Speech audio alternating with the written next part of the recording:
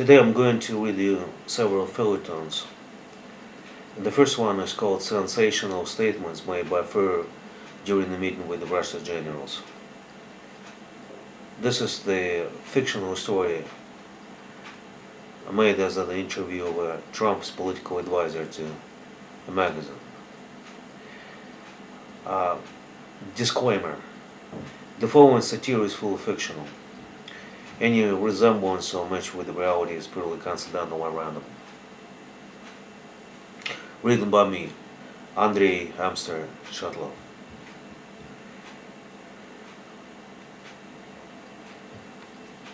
Magazine. Führer met Russia's generals yesterday where announced many new things about the change of Russia's political course. Some generals who failed to satisfy his expectations were fired. Some news media showed agitation about what was said during the meeting. I was trying to find any commentator who could shed some bad light on this issue, but heard only negative answers.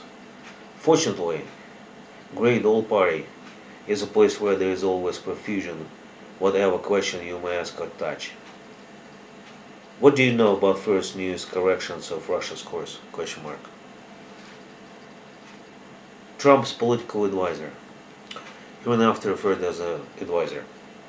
We have received the synopsis of first speech at the regular quarterly meeting with the highest Russia's ranks. Of course, we first thought it might have been a fake summary. However, later several highly dependable sources confirmed that the document we received via diplomatic channels was true and genuine copy of a protocol that was done during the meeting. Magazine. Isn't the speech confidential? How is it possible that U.S. analysts got the writing that soon afterwards it was made? Advisor. Mein Kampf, written by Hitler, was published in great editions. Numbers of its open circulation would be many superb porno-erotic materials.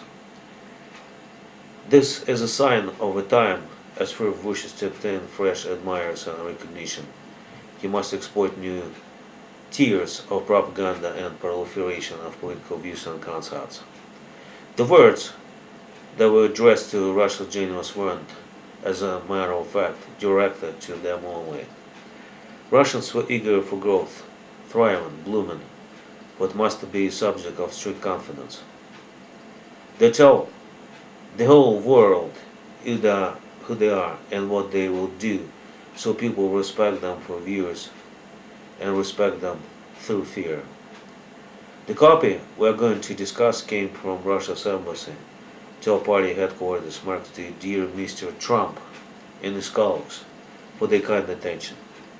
It means that we were permitted to immediately disclose the statements and commented widely.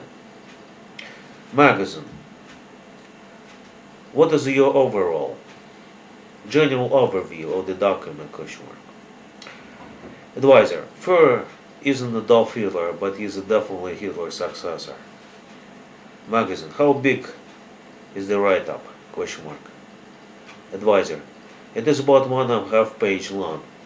It is a real concise description of first points and management thoughts about Russia. Magazine. Does it concern US or rest of the world? Advisor. It does, but slightly. Other countries are mentioned only where Führer talks about Russia's place on Earth. It must be competitive to ward off any foe or menaces that threaten or may threaten Russia. Magazine. Please tell us about structure of the document. Is it chapter or section? Advisor. Yes, it is. It is divided into several sections that start with the principle, slogan that is a bit explained in the subsequent text. Magazine. What general statements does the write-up contain?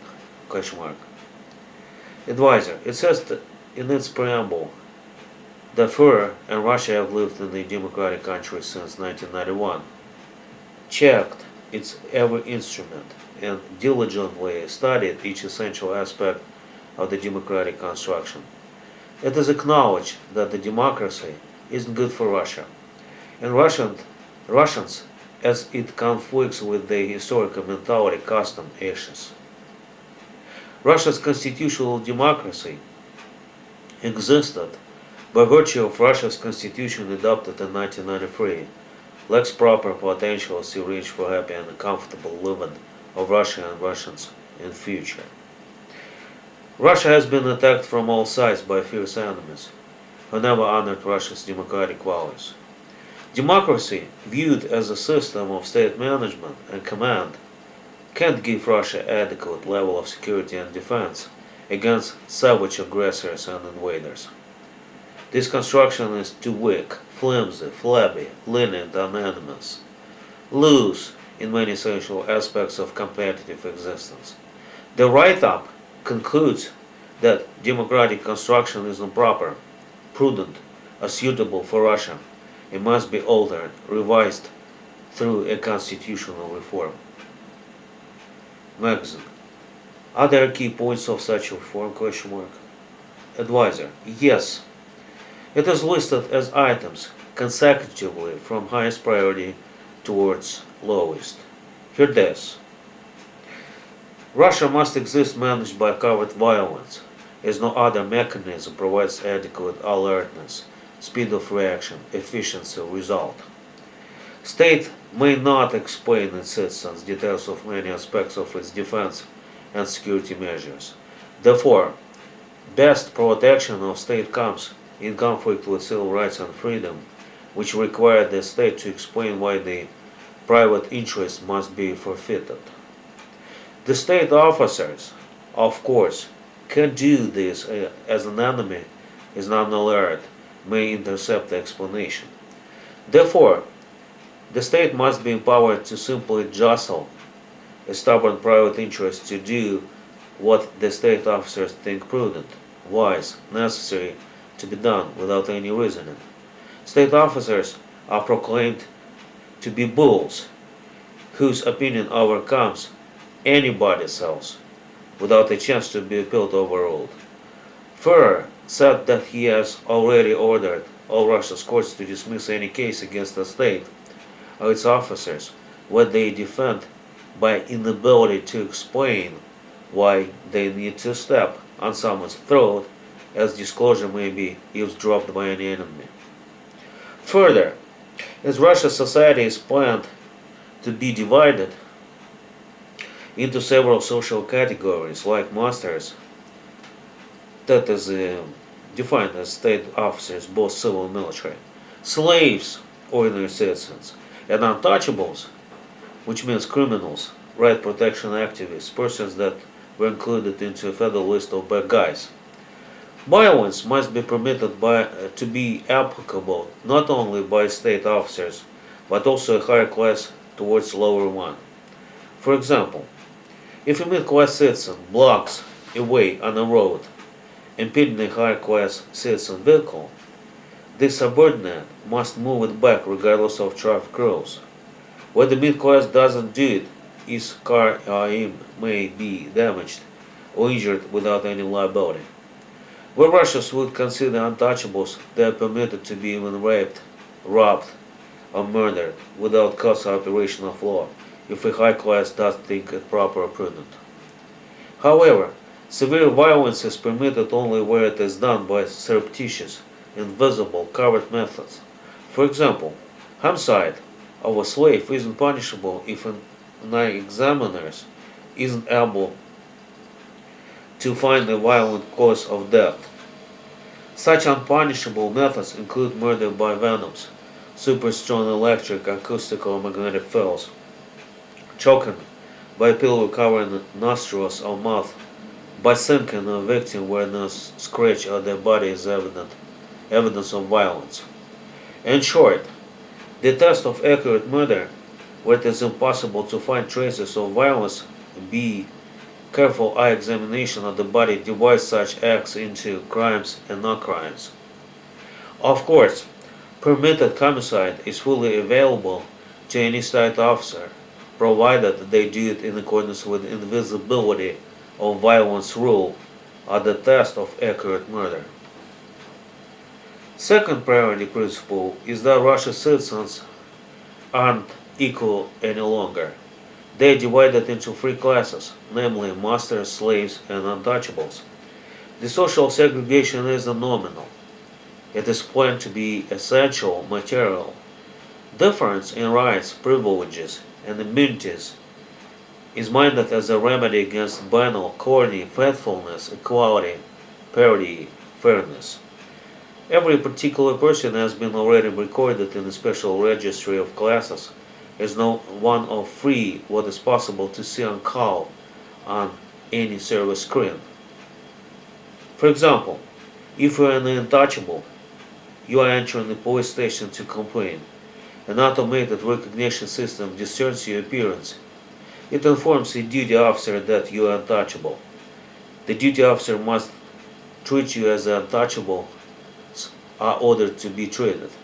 This means, like cattle or stray animals, it is recommended to all Moscow police officers to rape or forcibly ram any untouchable who enters a police station, to bitch, so they forget where is such way.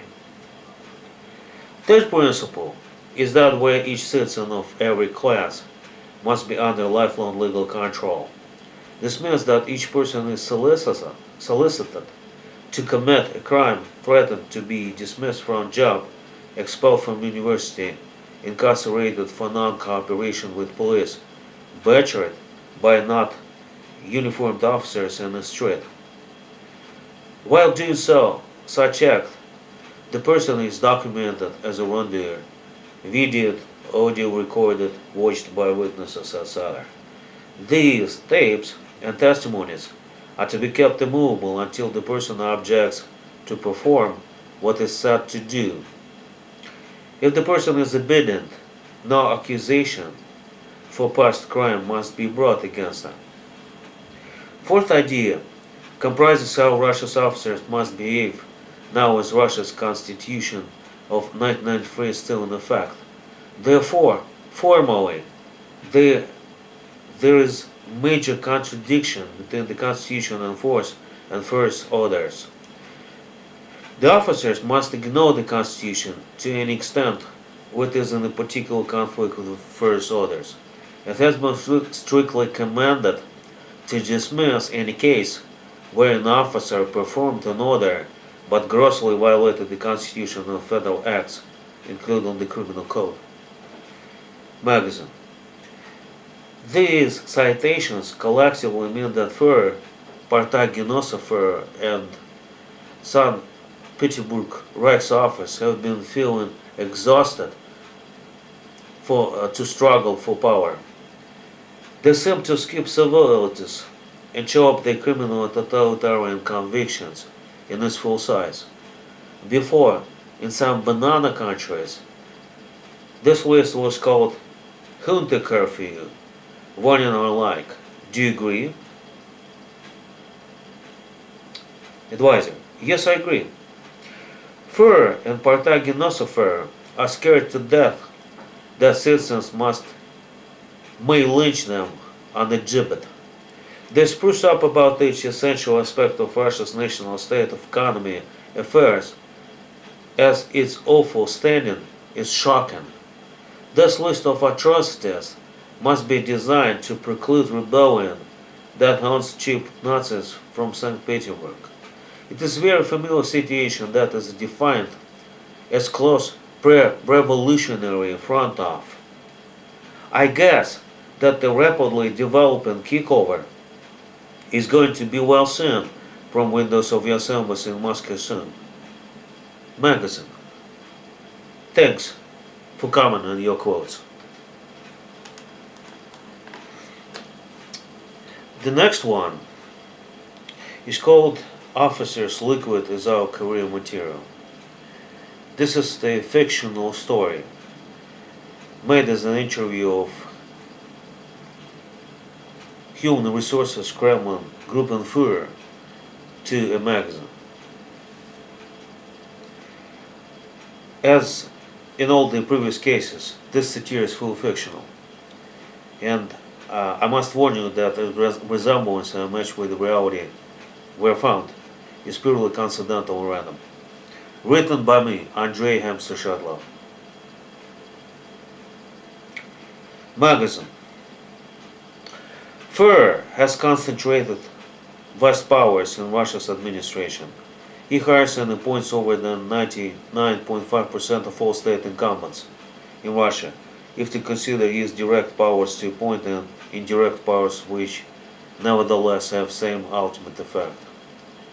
This happens as FAIR is a single top power holder in country's government, administration, what is sometimes is called executive branch of power.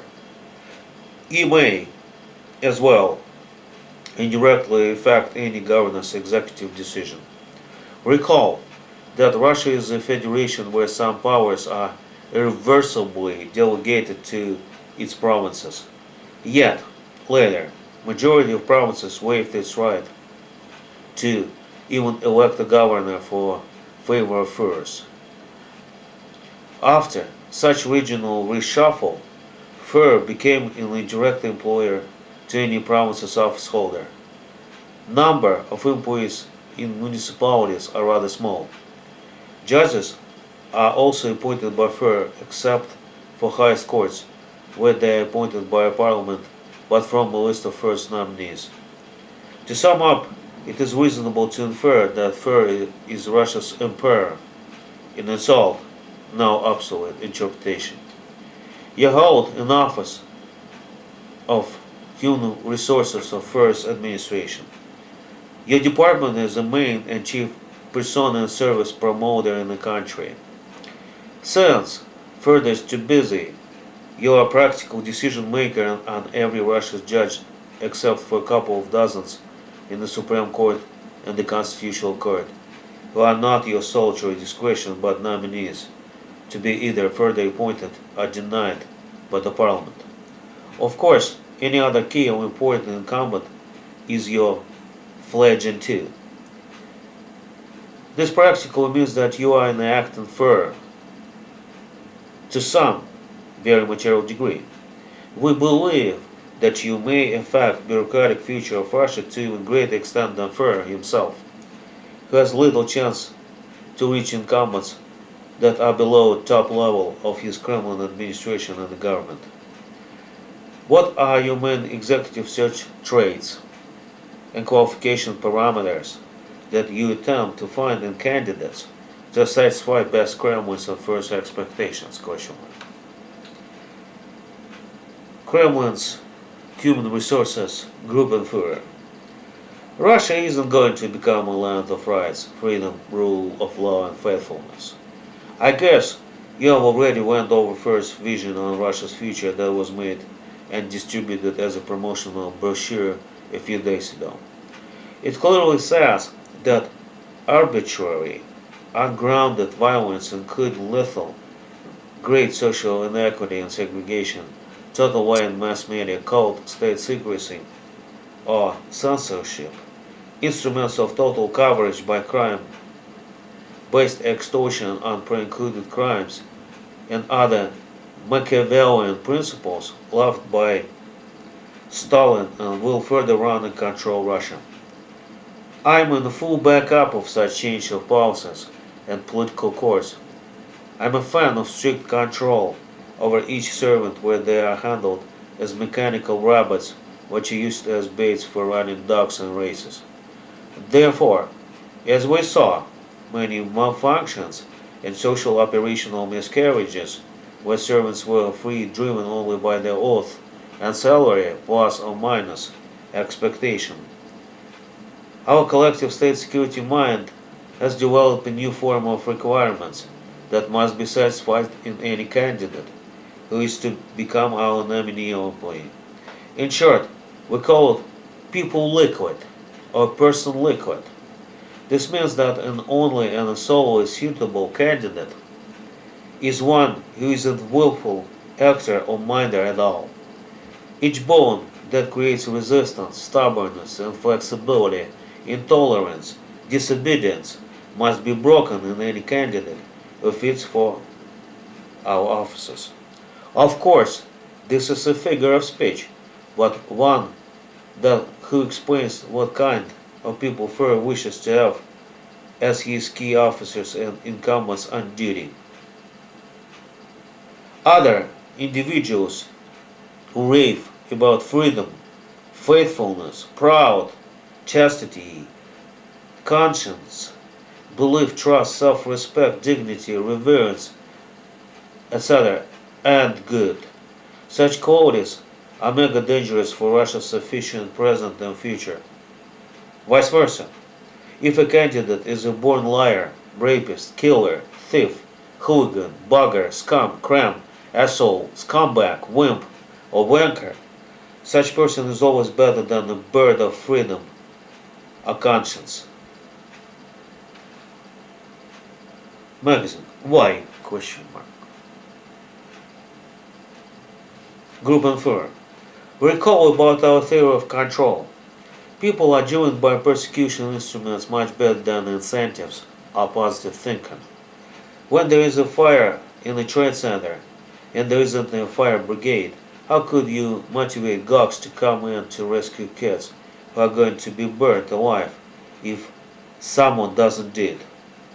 You may tell them the kids are cuddly, vulnerable, helpless, cute, or you may tell them that the kids are living creatures in danger, or you may ground the obvious risk of a daredevil by Bible or social duty by any other positive attitude. This isn't good. Such feats deserve applause and public commendation only if come out successfully. It deserves grisly death, poverty, fallen offsprings, and many other cons that are highly unwanted if goes badly. Such dilemma to do or not to do it isn't for the cat's sake, for who can't wait till pillars slump. Power, centuries of experience in human resources and management, history of various revolutionary regimes show that negative thinking controls better than positive illusion. If a bystander is promised a mayor's praise and a check for $5,000 for mortal stunt, they never do the stunt. But as the sheriff promises the same person doubting to risk or not that they will be freed by a guaranteed killing on a rap, on dime, what is the sheriff person will award by sworn by mother in her grave, chances that such motivation would pay in full are times higher. Negative salvation is minded to be most efficacious instrument of management and practical administration. Yet, you need to have such handles fastened on every member of society, what must be done in advance. Therefore, let's say, we wish to hire a director of a National Bureau of Corrections. This guy will be chief national warden, torturer, and executor on political demand in the absence of a lawful sentence or capital punishment verdict. You have a candidate who has no flaw in his career, who is an exemplary officer with many decorations and rewards. Another candidate is a scum, fag, diaper sniffer, cracked up raper, or hop hat. Who do you think will be the better chief warden? Question mark. First, in idealist, neither, Nixer, Fletchkov, and pure hands out second, animal, brute, scum, and sack? Question. I'll tell you this. The second fits only and solely. No other alternative is worth to be analyzed. This is the inference of centuries of state management. I have made no contributions to this theory of human resources management. Machiavelli was a great thinker and philosopher of effective state administration and firm power. Fuhrer gives us commands to refer Machiavelli where we can find a solution ourselves. Magazine. I see what you're talking about. Yet, such born perpetrators and immoralists may simply ignite fuse that could fly Russia's high. What if there's an international conflict? Question. Bible-aligned and abided enemies may destroy Russia that is composed of liars, fibbers, cross-eyes, shirkers, and pikers. I even can't imagine a storm unit that has been formed of rapists, bashers, multiply forcibly got strange, street rowdies, and punks. How do you defend your country if you face faithful enemies who are ready to sacrifice their life for creed, belief, idea? Group infer. Same idea works out well in such case too. Machine guns, prop on their backs, are our short-term plan. If such gather is reluctant to defend Russia, they will face an immediate alternative to be terminated by our state security rear backup squad. Magazine. Well, again, hardly one may anticipate and qualify warfare to be shown by such strange troops. Group infer. Again, hardly Russia will have to face such massive infantry invasion that could require us to have millions of good quality combatants. Where there is a regiment of Georgians, such method is adequate. Magazine. I see.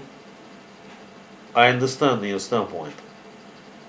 Thanks for explanations. This story is called The Service Carbon. That has been written by me, Andrei Hamster Shatalov. And this story, as all others, are totally fictional, and you have to keep in mind that any resemblance and match with reality, of course, is just a coincidence.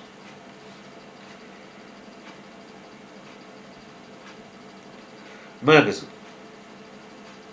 This is scheduled as an interview of a Moscow gossiper to a magazine.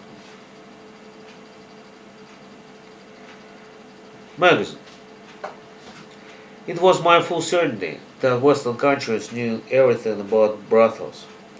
However, some fresh data that we received from Moscow could shock anyone who isn't aware of such unusual things. Russia has huge horror houses in each large law enforcement agency. This phenomenon is explained as a necessity to maintain officers who are called up to visit Moscow or other frequent destinations, which are away from their place of permanent residence.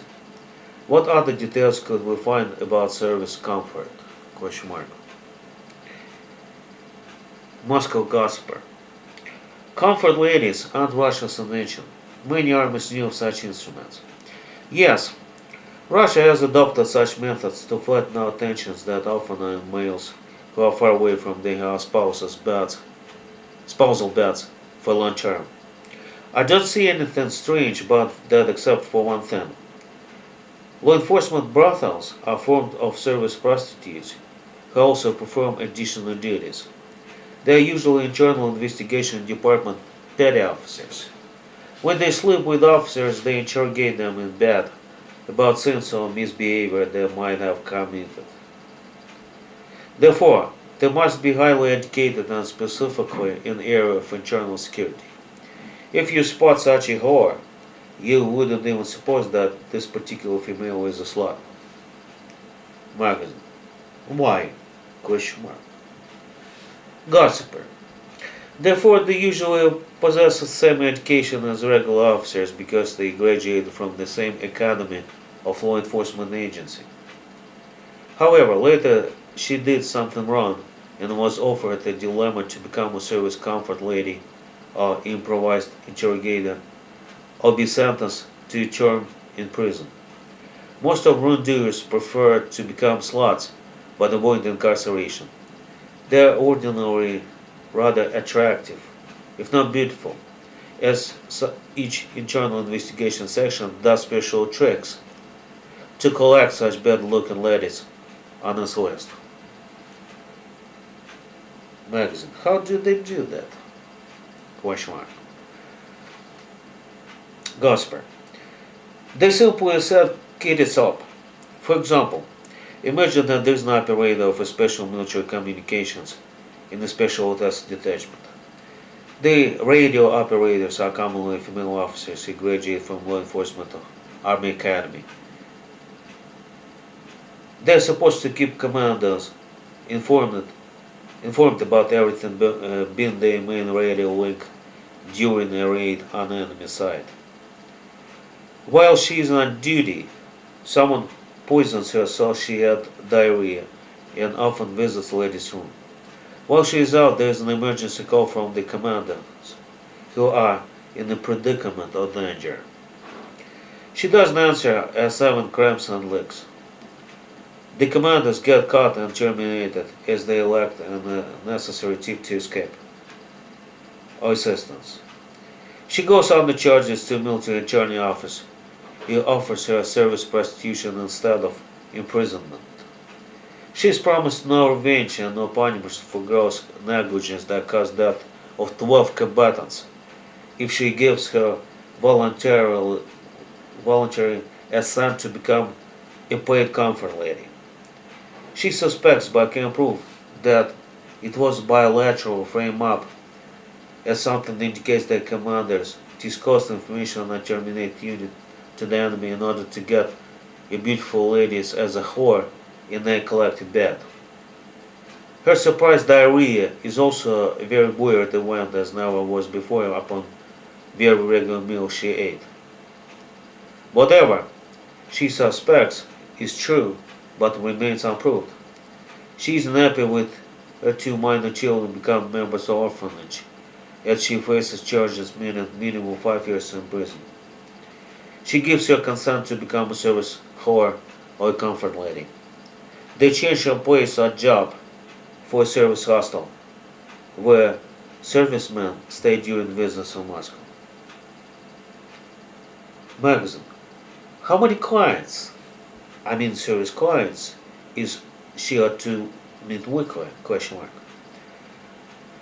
Gossiper. It depends on what law enforcement agency she is with and other often merely seasonal aspects. Yet, service lay women are understood to be vibrant, lively, playful, really pretty. Therefore, their bed load rarely is caused to street flirters. Otherwise, they wouldn't be felt as housewives, what snobbish officers like and wish to exclusively get. In Russia's military intelligence service, slots do not usually have more than 5 clients weekly. Each client is expected to pay them what is agreed, but not above a limit set by commanders. Any of them may ask for less process, more officers than she has to. In general, comfort females are very different. Many of them look like decent wives, and you wouldn't find a sign of their behavior that would distinguish them from their respectable public. As they have the same education as others, they ain't officers in speech and manners, and different in speech and manners. Markers. What upper price limit may be? Gossiper. In Russia's military intelligence, there are several comfort squads. In upper level squadron serves for generals, higher ranks officers, and foreign embassies resident spies. They are allowed to charge up to $100 but no more. In fact, filet they do cost 3 times more if you would buy it for street fair price on open market. Another squadron of comfort babes is for special forces. The level of compensation is lower, though there are more frequent customers per person weekly, and the number exceeds the top of the intelligent hill many times. Special forces also like intelligent females with attractive appearance. They can't pay more than 1-2,000 rubles per visit. This is about $15-30. Magazine. What else such service prostitution is special about? Gossiper. Some famous ladies like show business celebrities often become service stars voluntarily. This maneuver may be an only one that could save their lives from street thugs and stalkers who are other officers or veterans. It has become rather popular to infect imbue with infectious disease in order to make her looking worse, thus extorting sexual relationship.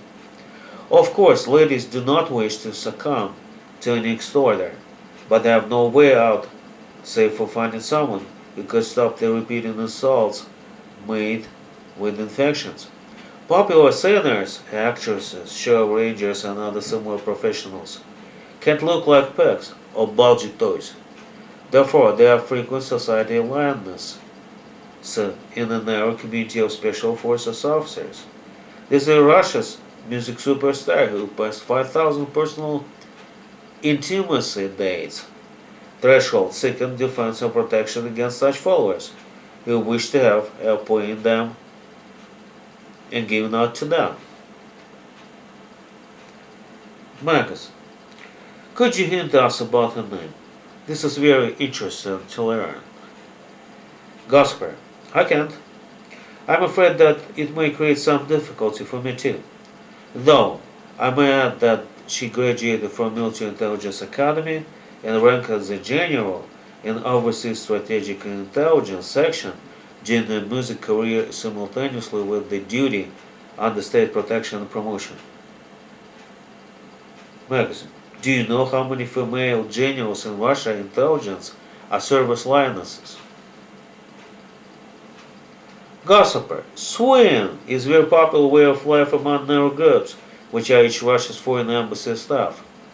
Of course, a number of top prominent public celebrities is many times less, but still amounts to 1,000 countrywide. I can't say what percentage of them consented to sex with thousands of officers, but I guess the number of courtesans has risen. They love to show off on public in thin gowns, which are like shimmies, putting on display their always mostly fit figures and beyond. Arduous sex exercises make them super slim and skinny.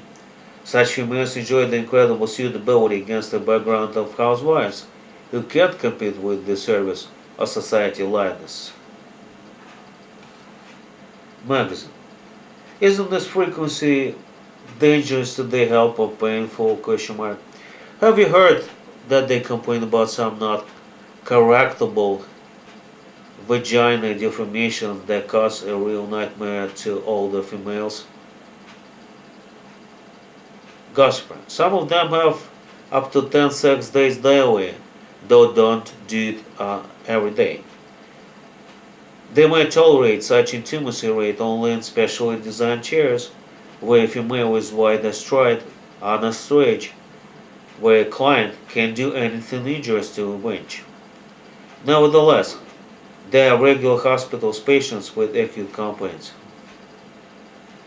Magazine. Thank you very much for the conversation. That was pretty interesting. This article is called First Head Trick. It's written by me, Andrei Hamster Shatalov, and it is again a fictional story that was not intended to indicate any match or resemblance with the reality. Of course, any such fact found is coincidental. This is structured as an interview of a director of Russia's Carabiners to a magazine. Magazine. Hello. Why Russia is so sickly, it doesn't have a proper system of counter-terror, ? Director of Russia's Carabiners. What are you talking about? Magazine. Why does Russia pay so much to Russia's Carabiners who must secure its calm existence and tranquility, but it's been done so poorly that a teen bomb buff may so easily bust and shoot the whole college in Crimea? ? You have very wrong information. No terror act has happened there. Magazine. What are you talking about? All Russia's headlines and TV breaking news are about terrible massacre in Crimean College. Don't you watch the news? Director, I do. I know a bit more than you. There wasn't a terror attack. There was a standard alertness test for national agencies that deal with terror and emergency situations. In fact, in reality, no terror occurred. Magazine. If no terror occurred, why Russia's TV channels and state officials continue to repeat that there was 20 individuals are said to fall dead? Show pictures of the shootout scene and wounded in hospitals who shared their interviews with journalists? Director. This is because any test must be a test from the very beginning through the very end. Plus, this is because we have an additional load, so to say double deck, or be more exact triple deck. This test now and such tests in general carry.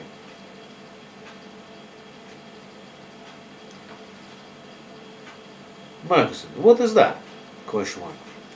Director. First, Russia's law enforcement agencies always wish to spread, widen, broaden, enlarge, etc. in every sense. Russia's Federal Security Service does not feel it has enough budgetary finance. Therefore, national legislators must always be under pressure in fear that something really bad may happen to them too. This helps to obtain more money and amid general budgetary distribution. Russia's carabiniers also wouldn't mind to improve our financial perspectives. Magazine. When you say that you have conducted the test, but it must be as real till the very end, doesn't mean that Russia's population, the legislators, would ultimately get advised that no actual blast has occurred? Question mark.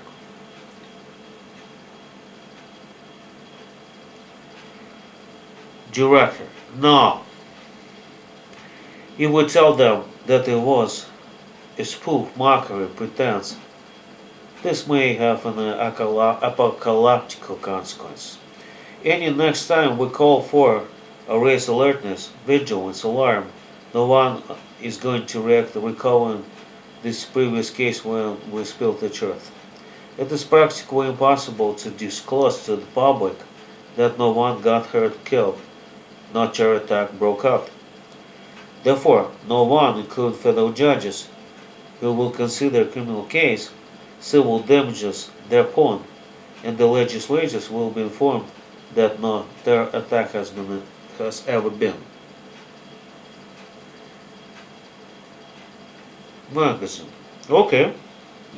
I understand that no court may hear any trial unless accusers bring in materials and accused. What about those who are said to be dead? What is the rationale for them to disappear, to part with their families, their spouses and fiancés forever? Director. They have been convinced to agree with the involuntary exile. A new name and passport, settlement somewhere far away. This decision they could not decline or turn down. They were caught in trade in narcotics. This culture is very cheap and uncomfortable educational establishment. Plus, Kerch is a town on the main road of Asian drugs into Ukraine. This town all late years was kind of Istanbul for Ukraine. All the casualties were put on the heavy crew, got well shook by counterintelligence investigators. They swapped they never legally pushed real perpetrations for the participation in a test in the role of a fatal victims of the terror. Magazine. Where are they now? Question. Director. Moved to another region. Thousands of kilometers away to Russia's far east.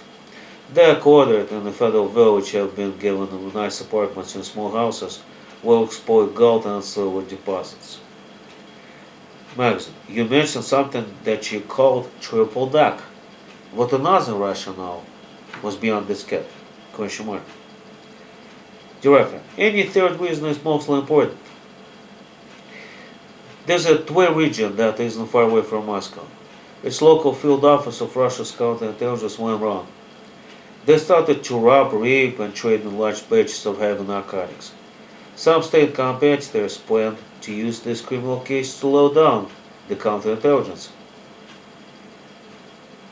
The cross dealers were surrounded by hostily biased investigators day and night.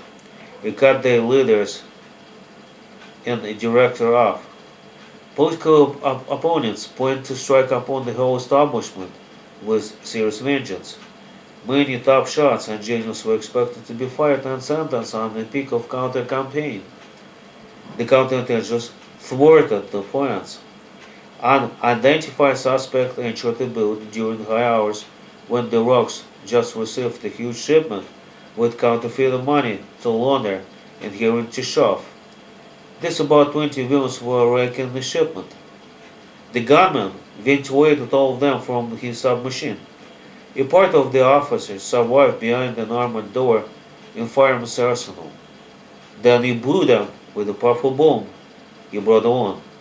Of course, the Bureau of Investigations did its best to cover the shootout as they missed the gunman, who evaporated in chemical fumes that rushed away in billows from the exploded building.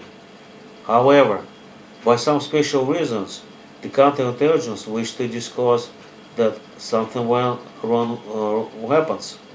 But during this test operation called the Mirror, the nationally broadcasted fake news about a snuffer in the college must be noticed by some individuals who hide from the investigators attempting to disband the counterintelligence. In short, this phonetaric test in Kerch was an informal signal equivalent to when meaning Nix, Zax, Piper invaded magazine. Is there any reaction of the Bureau of Investigations? Question mark. Direct. Of course there is. We're vivid, vibrant, stentorian, ear-splitting. They've been intensively studying all our materials to find any slightest error, glitch, typo that could be used to prove any evil doing on our side, or worse, our collective criminal intent to disrupt the never occurred arrest of the villains in Tver. Magazine. What do you believe performed the real massacre in the field office? Question mark. Who do you believe did it? One of super hitmen that counterintelligence trains in the National Counterterror Center. Look, who else would have a motive to shoot dead around 20 counterintelligence officers? Question mark. Such creeper is a life-lasting earmark, stigma and karma. It is impossible to do anything else after such fate. A state will be after you till your final slap a curtain. Magazine. Who is the author of the fake commotion? Director. Fur. Magazine. Why? Question mark. Director. This is his favorite business, to screw our population. This swindle terror act has deceived everyone in the world. Ordinary people can't assume that Russia may arrange such orgies. They trust Fur when he says that the country must be consolidated as enemies attacked from all the directions and inside. A person feeling that we are on the very edge, brink of survival, gives Fur unlimited support of the population, whatever he is going to do. Soon, our majority of Flat Coals and Square John will vote to give him absolute powers to kill without any firm ground, on a mere if pretense, upon approved suspicion. This is what he does with sex. That's why we call him Fur. Magazine. Thank you for coming. I got it. The fifth and the last for today material is a feuilleton that's called Sapet Man. It has been written by me, Andrei Hamster Shatalov, and as always, it is a total fictional story, not as structured as the interview of as a discussion in the interview both at the same time of Swedish diplomat in Russia and Russia's counterintelligence colonel who met in South Africa with a magazine.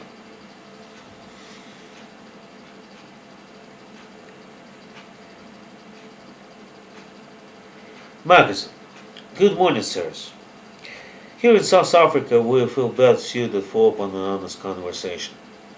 Magazine offered you representative from Russia's counter-spy law enforcement and Swedish diplomatic mission in Russia to bear your vocal swords from sheath, take out your regular protection guises and tell us what problems divide your countries. I think I must give you a right to begin to my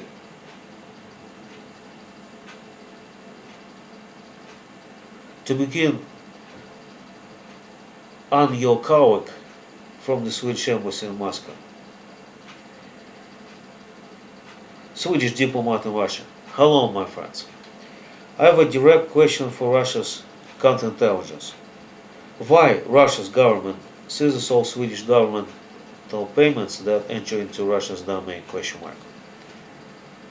Counterintelligence Colonel. Because Sweden has lost ownership and property rights to all such amounts. Swedish diplomat. I can't get how Swedish government may have lost all its rights in such payments where it was sender, remitter, initiator of such wire transfers. Could you tell me why you confiscate each Swedish state electronic payment that is credited in the accounts of Russia's banks? Colonel of Counterintelligence. Because you owe Russia much greater amount that you have failed to pay us. Swedish diplomat. This is a total surprise and shock to me that our government owes anything to Russia's Federation. Colonel, here are photocopies of judgments of Russia's courts where it's held that Sweden owes Russia amounts therein designated to be paid, what your country has failed to perform. Therefore, in full accordance with Russia's Federal Act on Enforcement of Judicial Acts, Russia's counterintelligence expropriates all amounts that are transferred through Russia's jurisdiction. Swedish diplomat. Let me take a look at these documents. It says that Sweden did not participate in any of these proceedings. How could you recover amounts from a person who wasn't joined in the action? Colonel. Well, under Russia's law, we don't have to bring a party in the process if we deal with violation of counter-terror laws. Plus, I know that we advised you each time that there was going to be a court hearing, but you have never responded or visited such hearings. Diplomat. Of course, we never came to participate as Russia can't lawfully bring the foreign government in a trial or court case in absence of its consent for a particular court venue jurisdiction. All world countries are fully exempt, immune in foreign courts unless consented to be a party to a court case. Certainly, we wouldn't ever consent to such venue, as we don't trust any Russia's court to be a judge in our conflict with Russia's counterintelligence. Colonel, well, if you are discontented with any process of law in Russia's court, it doesn't mean that the judge must close a file. When you kept silence about whether or not you wish to become a party thereto, through a voluntary joinder, a judge each time joined our government involuntarily in the action and advised your embassy in Moscow in writing. You had all rights and time to come and defend itself. Diplomat. Swedish government may not be joined involuntarily in any action in Russia. We are immune from any lawsuit as a third party and defendant unless we consent to such joinder in writing. Colonel. Yes, but our Supreme Court occupies a different standpoint. Where there is a suspicion that any foreign person, including a foreign government, committed an act that is criminally prosecutable under Russia's law, they must be advised about a process started by notice and must come an answer. In other words, Russia's court must join such suspect through an involuntary joinder, what was done each time against you. You were properly served a notice, but failed to appear and defend. That is why the court held a summary judgment in each case against you whereby you were ordered to pay various amounts to Russia's government. Of course, when you failed to do so, our service of court-martial simply seized all your electronic bank transfers as a part of involuntary recovery against Sweden. You could further appeal the judgments, but also failed to do so. Swedish diplomat. Of course we could appeal the judgments, but what a point to appeal a judgment in a court that spits on each essential principle of international relations, which guarantees any foreign state full indemnity and immunity in another state? Our counsel said that we shouldn't have appeared in the court, as this would be understood as our consent to be a party and defendant to the action, which seemed as a full mockery and apology for justice. We consider Russia's courts as full of venal and prejudiced against Sweden. That's why we have never appeared.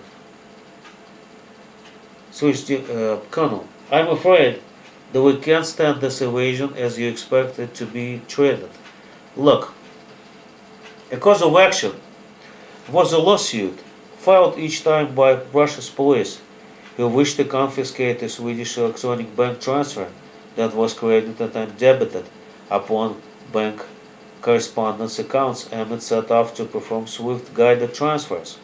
In accordance with documentation attached to such bank transfers, Swedish government paid for narcotics that were sold to it by several Russian citizens.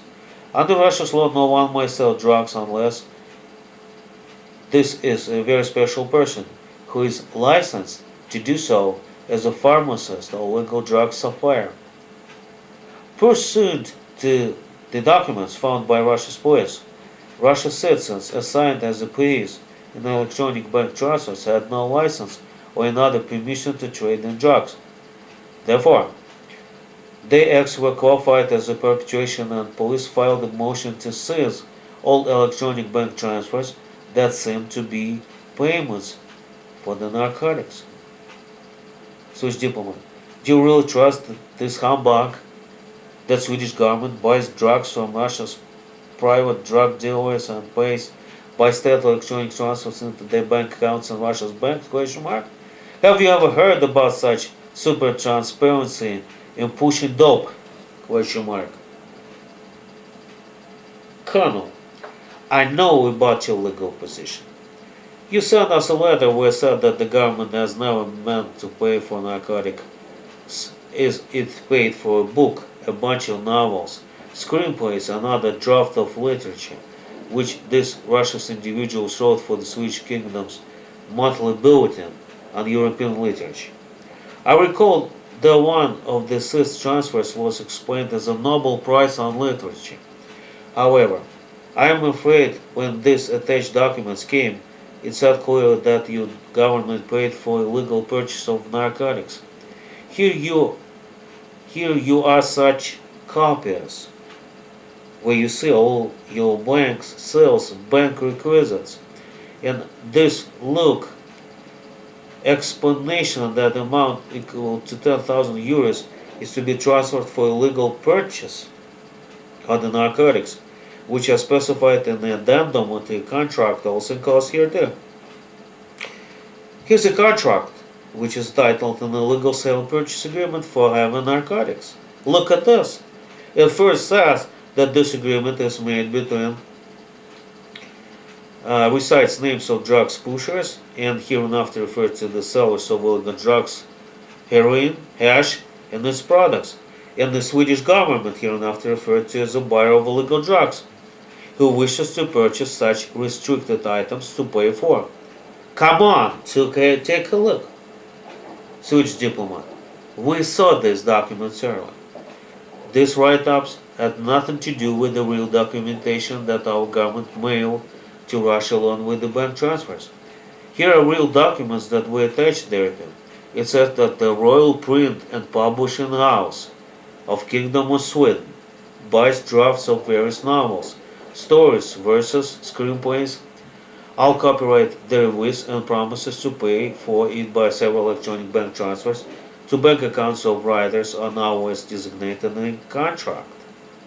We advised Russia's Supreme Court that someone systematically steals documents attached to our bank transfers and substitutes it with outrageous write-ups about the illegal purchase and the sale of the narcotics. Further, we discovered that such falsification was always done by Russia's counterintelligence investigators from Moscow Regional Office, who stole all true and genuine copies of the attached bank documentation and replaced it with the illegal contracts and other crooked commercial documents. Colonel: yes.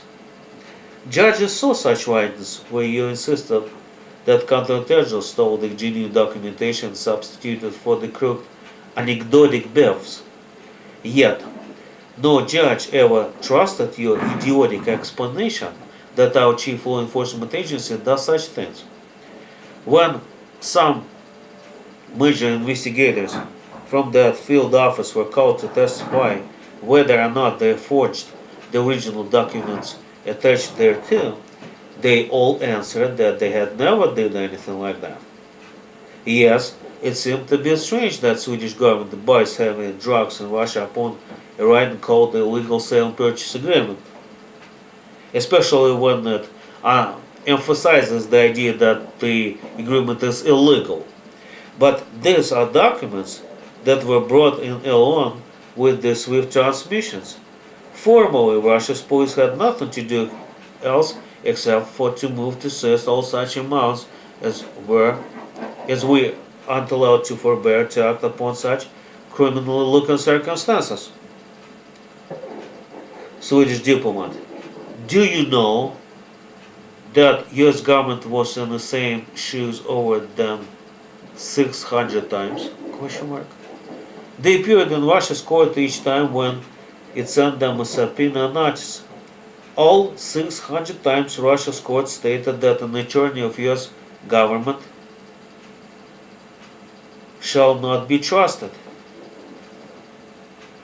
The explanations that all attached documents were forged and substituted don't stand any reasonable criticism as purport that Russia's counterintelligence is full of villains and rogues, what can be as may now be. Therefore, the court also seized all America's government bank transfers based upon some illegal sale and purchase agreements presented by Russia's police. The US Embassy in Russia appealed such judgments all times and never succeeded in any court, including Russia's Supreme Court. Judges who heard the cases noted that the US government is guilty of illegal purchased drugs, what must be prosecuted. By giving its consent to Russia's venue jurisdiction, the US government waived all its defenses to the legitimacy of such judgments and further appeals. Ultimately, all Russia's courts named the US government a house of crooks who deceive Russia's courts and trade in forbidden articles with Russia's bandits, exiled hundreds of US diplomats from Russia, and shut down US consular section in St. Petersburg. Swedish government haven't been informed about such examples of justice, fairness and faithfulness in Russia's courts, decided to refrain from any participation in such venality and utmost dishonesty. However, the court's decree about mandatory joinder called Swedish government an involuntary defendant and rendered all new judgments against such defendant exactly like it was done against the US. Upon the same offensive declarations about foreign state criminality who dares to swindle Russia's courts and trade in tons of heroin in Russia. Magazine. Sorry to interrupt your conversation. I have a question to Russia's officer. Do you really believe that US and Swedish government buy heroin from Russia's organized crime? Write about this in official documents which mail to Russia? Question mark. Do you really think that these states are insane? The forged documents were well inserted and posted by Russia's counterintelligence investigation department, who received first order to seize all hard currency bank transfers from a number of Russia's individuals who spurned to pay him bribes. Our service was trusted to find a reasonable solution on how to cut their life ties and connections, so they face a hard choice whether to continue to balk and prance, to bluff their way out of the first tight grip and simply come down on knees, give out all their savings abroad, and unconditionally support first process. We were promised that this mockery and massive falsification of the documents won't last for long.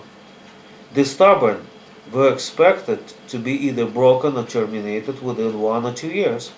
This was our Kremlin's promise when first came in power 18 years ago. However, Kremlin failed to complete the set suppression on the marks.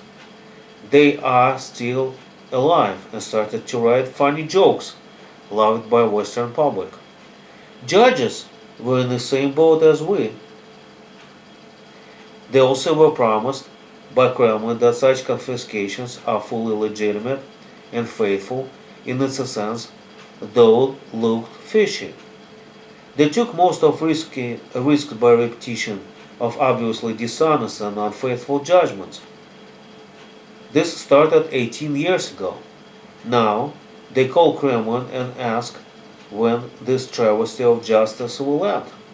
Kremlin says that it should happen when the marks are terminated, because Führer doesn't wish to show his weakness, let them at large. Therefore, as he doesn't see any valuable cooperation on any side, the participants of a scandalous affair must continue to steal and expropriate foreign money. Should they decide to drop out, they will be immediately prosecuted by serious state crimes and sentenced to dozens of years in prison. Magazine. Why do you dare to tell us this ugly truth? Colonel, I am not planning to return. I need to find a quiet harbor as any fugitive. I hope to sell my story to anyone in interest. Magazine. Do you possess any evidence that the systematic falsification of documents attached to SWIFT transfers in Russia?